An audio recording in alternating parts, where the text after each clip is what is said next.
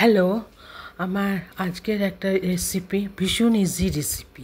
এটা হচ্ছে কুঁদরি পোস্ত। কুঁদরিগুলোকে তো জানোই কীরকম দেখতে, লম্বা লম্বা ফালি করে কেটে নিয়েছি। আর আলুও এর সঙ্গে লম্বা লম্বা আলুর ভাজার মতন কেটে নিয়েছি। কেটে নিয়ে এবার এটা একটু সর্ষের তেলে ভালো করে ভেজে নেব মানে নাড়াচাড়া করে নেব।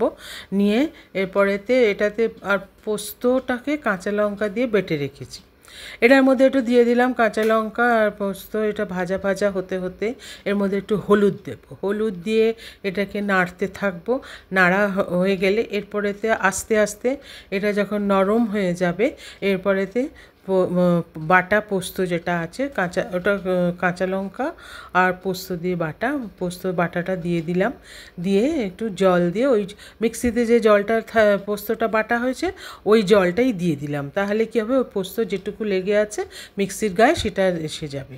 দিয়ে এটা ঢাকা দিয়ে সেদ্ধ করতে দেবো।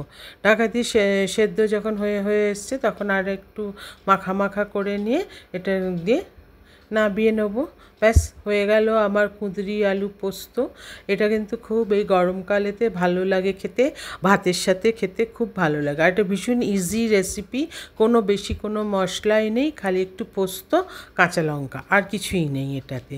ভালো লাগলে আমি from Athre's Cuisine, please like, share and subscribe. কুঁদরি পোস্ত ইজ রেডি উইথ গরম ভাত দিয়ে খাওয়ার জন্য। Thank you for watching. Enjoy.